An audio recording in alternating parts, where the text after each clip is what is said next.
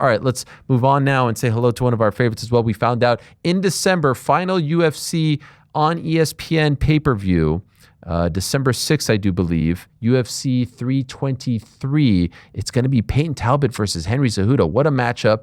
We didn't think that it was going to happen so soon. I don't think it was on anyone's radar, but it is in fact happening. Let's talk to Payton about this, how it all came together and how he found out. Hello, Payton. How are you? Good. How are you doing? What's happening? We're having a little party there? What's going on? Just hanging out. This is my new house. Oh, wow. Hey, guys. How are you? What's up, Ariel? Good, how are you? Yeah. What are we eating? A bagel and I'm rolling a joint. Yeah. Croissant sandwich. Oh, yeah. What are you rolling? A fatty boom batty over there? A fatty boom batty splifferoonie. Yeah. You know yourself. I love it. What's in the sandwich? Oh, I caught you mid-bite. I'm sorry. What is that? Egg, sausage, spinach, croissant, cheese. Payton Talbot with that lean, mean physique is eating egg, sausage, croissant sandwich? I gotta burn energy. I need lots of fuel. Okay, all right. I have a bit of a bone to pick with you, Payton, off the bat. Why? It's been a couple months. No YouTube videos, no nothing. Like, where's the content, man? I need my Payton videos. Yeah, well, we've been focusing on quality over quantity lately, and me and William have like started living very busy lives. Uh-oh. Between the two of us with our different endeavors or whatever. So that's been the main reason. And then also I feel like it kind of got out of hand before the Barcelos fight. Like I was too worried about that. And it kind of, I mean, you can see it in the cage. It became a little bit of a distraction. So I'm trying to like maintain a healthy balance between the two. Okay, so we're taking a bit of a break? No, I mean, you can expect something somewhat soon. Okay. But, the problem is like we want to drop a lot earlier, but we look at it and we're just like, this isn't finished. There could be more to it. So that's why I mean, there's delays upon delays upon delays. So we intend to do stuff more often. It just doesn't happen that way. Okay, all right, fair enough. Congrats on the new house. These are the spoils of becoming a UFC superstar, right? No, I'm just renting here. Oh. It's the basement. It's all concrete walls. There's no sunlight. So I don't even own this house. I'm renting. Oh. My friend's older sister lives upstairs. Oh, okay. I thought it was like some sort of compound mansion. Yeah, also like no. Shout out to Kurt Angle though. I did not expect to see him when I like logged on. That was super cool. There's like an ongoing joke amongst my friends that like our roided up version of Ryan Hammers would be Kurt Angle. Oh yeah, no, but he's au naturel. He's an Olympic gold medalist. No, I know, but if Ryan were to be okay, roided, he would look like him. Yeah. Yeah, no, shout out to him. Super cool dude. Yeah, legend. As are you, future legend. Can I ask? I mean, speaking of one Olympic gold medalist to another, you're fighting one on December 6th. And I didn't really plan that segue, but it just sort of happened. How did this happen? How did it, like, I will be honest, after we spoke to you in June, I never would have expected your next fight to be against Henry. It's a wild matchup that I think everyone's excited about, but I don't think it was on anyone's radar. Was it on yours? I mean, everybody's pretty much on my radar. The reason it happened is because I said yes. And I mean, people see this fight announcement, they see the fights that get made, they don't see how many people say no. And before Henry took the fight, I was trying really hard to fight on the MSG card, and I had been through plenty of opponents that were lower in ranking, but between me and Henry, like the rankings in between me and Henry, and everyone said no, and it just seemed like, I don't know, there were all these reasons as to why people couldn't fight, but Henry said yes, and I said yes. I haven't said no to anyone. I was down to fight any of the names in between us, but it just didn't work out that way. So I'm super excited to fight Henry. Okay. It's like the best fight I could have gotten. Okay, well, I was just going to ask you, do you like the matchup? Is this something that really intrigues you and excites you? And you just said yes. Why? Why do you like it so much? Because he's just like one of the GOATs. He was a belt holder at my weight, the weight below. He's an Olympic gold medalist. There will never be another Henry Cejudo. Like, I have a ton of respect for him just for that reason. And I think honestly, it's just, I'm not taking fights just because I'm gonna win, or like I'm not really interested in favorable matchups. Like we're here to just like fight and test the best version of ourselves. So I feel like that's what's important. So yeah, those are my reasons. Do you like the idea of potentially being his last fight? Do you like the idea of retiring a legend? Yeah, that too. I love that. Like the fact that, it's rumored to be his last dance. You'll never have that opportunity again. So of course I'm going to take that. Do you have any kind of friendship relationship with him? I saw a photo of you guys. I think you trained together back in the day. Here you are. How long ago is this? Yeah, that was I think a year and a half ago, or almost 2 years ago. It was right after I fought my UFC debut. But yeah, we're good friends. I think we have a lot of mutual respect for each other. I hung out with him for a week and kind of saw, his way of like doing camp, and he was super generous and shared a lot of knowledge with me that I still carry to this day. Gave me a lot of really good advice. Um, yeah. So when this fight got made, was announced, did you hit him up? Did you send him a text? He send you something? Any interaction? I mean, I posted that picture and then he just like commented on it and just wished me luck and said like, just crazy how like that. I think back then when I visited him, it wasn't on either of our radars that we would maybe fight in the future because that was like right before he fought Marab and he was supposed to retire after that fight. So I don't think either of us really thought about it, but it's very funny how life works sometimes. Do you feel like you got intimate knowledge as to who he is as a fighter, things that you can use in this training camp? It's rare to be able to fight someone that you trained with. It has happened, of course, but this is not that long ago. Yeah, I think, I mean, I don't think it's anything like, I don't think it's going to give us a leg up on each other at all. I think it just makes for a better fight because we know each other better. I know about how meticulous he is about everything, and he knows how mental I am. So I think it's just going to make for a better fight because we know each other a little bit better than the average. But I mean, we didn't even really train together and we weren't really body on body like that. It was often just like hanging out and training between his trainers.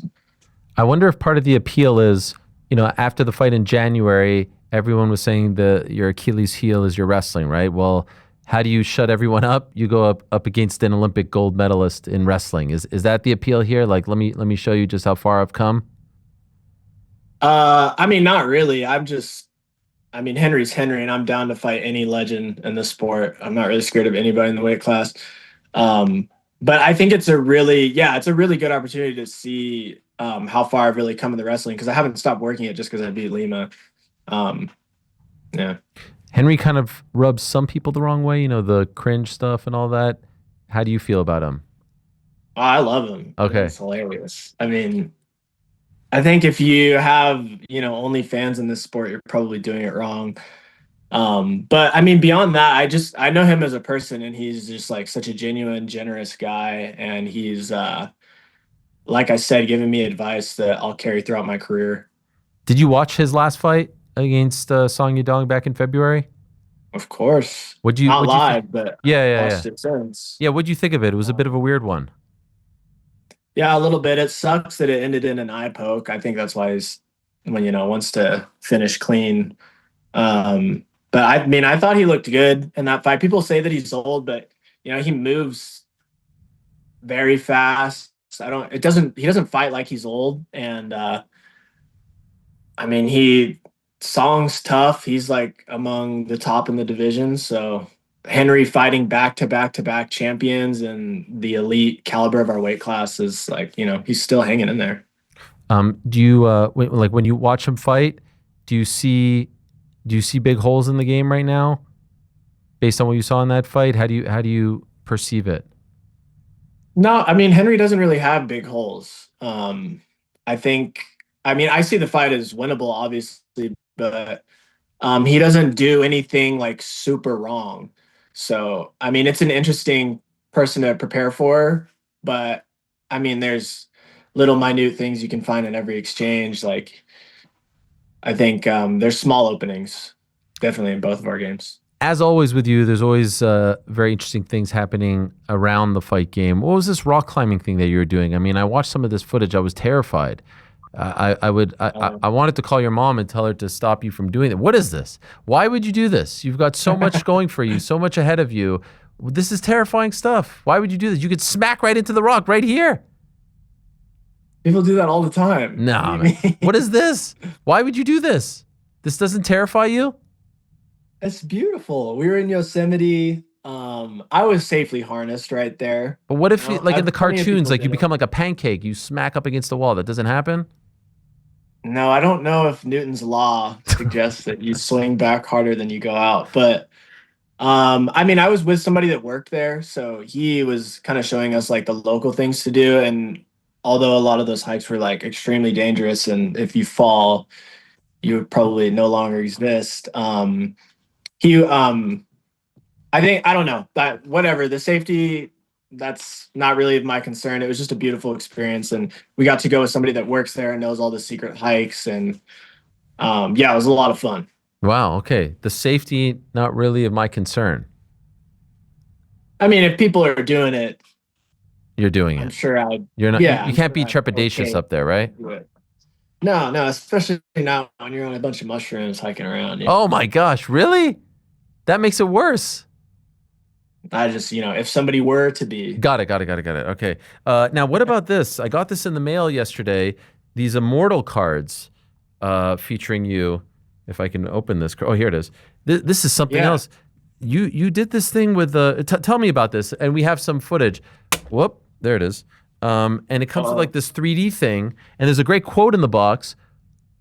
In time, I will become old and sluggish, but for now, I must eat the world, which sort of meshes with what you were just talking about there. Here's a little promo for it. What is this all about? Yeah, so that's like just an exclusive card I did with Jordan Spector. He was the artist and came up with a lot of the designs on those. And it's, I guess it could just be called like one of my rookie collectible cards. There's only a certain amount of those out there. So I think if you buy those, especially now, and hold them to later on in my career, which I hope to be very fruitful and long, they should have quite a bit of value to them. Or if you just want to collect them and keep them, by all means. But I think they're special because you get one card, but it's almost like three cards with the viewing device. Like if you look through it, you get a certain design, and then if you look through the other one, you get a certain design, and then there's just the base design as well. So yeah, I think they're super special. Which one did you get? Because there's like 4 designs. Okay, by the way, I'm just showing people, this is the thing, and so it's kind of like a 3D glasses, and then you see your skeleton and all that. I got this one, I don't know if you can see it. It's a little bit red. It says 58 of 150. Oh yeah, that's like the heartbeat one. Yeah. That one's sick. I think my favorite is like the Da Vinci one with like the different arms. That one's super cool. Let's see if this one's the AP. This says AP. There is ego in the idea of immortality. It says on the back. What does that mean? It's just, like artists that want to put stuff out in the world to leave something after they die. That could be, a song or a super crazy fight that exists in the UFC archives, or a child even. I think there's just like ego and wanting to leave something behind. Where can people buy these? You can buy them on immortals.com, Immortals trading cards, and I have like my own little section on their website. And so when you buy, you enter like a raffle of like winning one with an autograph.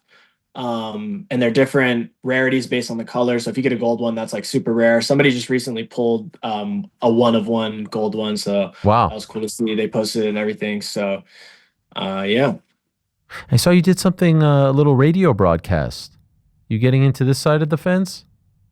I did a mix for NTS radio. It was like a fundraiser for the World Food Program for like people that are hungry or whatever worldwide. But yeah, I did a lot of my actual music was in the beginning of it, and then I mixed in a lot of electronic music that I like to listen to. Okay, like DJ'd. Yeah, I was DJing. Wow. Okay. Are you training with Faber and the team for this fight? Here and there. I went there last week. It's good to go and get competitive rounds down there and just pick his brain about things. I'm gonna go to LA probably and train a little bit there, but I feel like I have a really solid team here and like not just like an MMA team, but like providers and people that can like rehabilitate me. Like I've got like Family First and my body worker, um, and just tons of people, like a lot of resources here in this small town. After your win in June, you talked about that ear injury that you suffered against Barcelos. How is it doing now? Any ill effects? Anything creep up? It's been mostly fine. I get like small little fits here and there, but I think it has to do with like the ossicles in my ear. And as long as I'm like weary about not going up and down in elevation rapidly or like getting hit really hard in the ear, I'm usually fine. What are ossicles? Those are those like little tiny like crystal Oh wow. bones in your ears that are responsible for balance. Oh wow. Okay.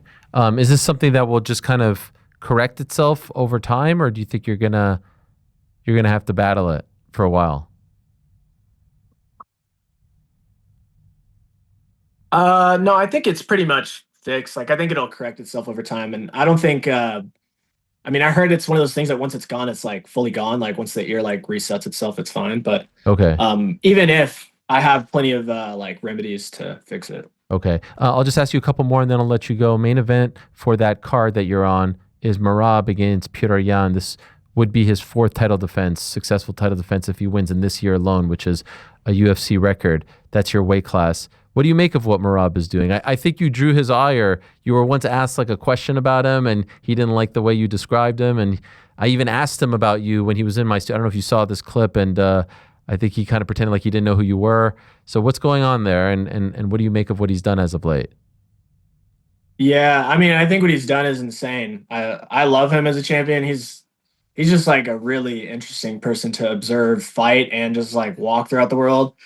Like he's just funny and interesting. But that whole thing started because I like called him dumb in an interview or something. It was like some gag interview, and I said he's like dumber than a box of rocks because I saw this clip of him like dive headfirst in this super shallow water.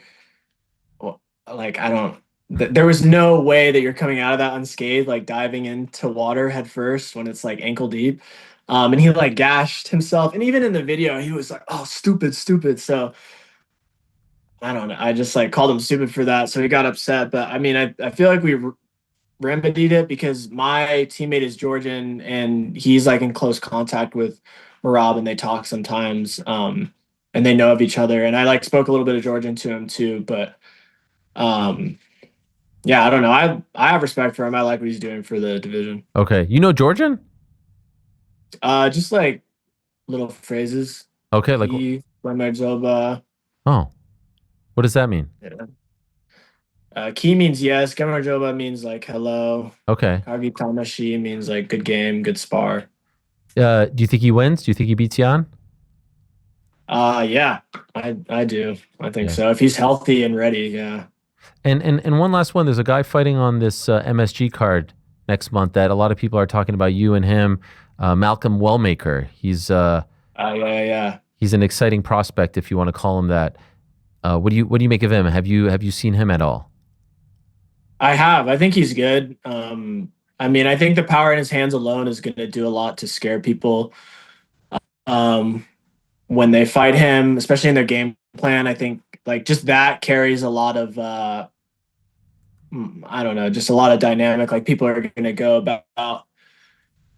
He's going to know what people are going to try to do when he's fighting them. I feel like, and I think he has an opportunity to move up pretty fast if he takes the right matchups or just works on some of the holes in his games. But yeah, I don't. He's definitely on my radar. I think that would be a really fun fight if he keeps doing his job and looks to move up fast. Yeah, you beat Henry in December. You're right in that title picture. January is a distant memory. Yeah, that would be very nice. I would like to. Well, no, I shouldn't forget that day. That day should never be forgotten. No, I know, but it's crazy what like 11 months can do, right? Like everyone in January were saying like, fraud check, never was. Now here you are fighting Henry Cejudo. You beat Henry Cejudo. you're swimming with the sharks. Yes. Yeah. That's preferable. I mean, I'm trying to swim with sharks and become one of them. So that's what I'm here for. Love it. Well, I wish you the best. Thank you, Payton. All the best to you. Good luck. Great fight. Very happy for you. Congrats on everything you're doing as always. Go check out the Immortals cards. There they are. Payton Talbott, the man. And no pressure, but whenever you do put out your next YouTube video, we will be watching and looking forward to it. Thank you, Ariel. Congrats on the new palace. Congrats on the mansion.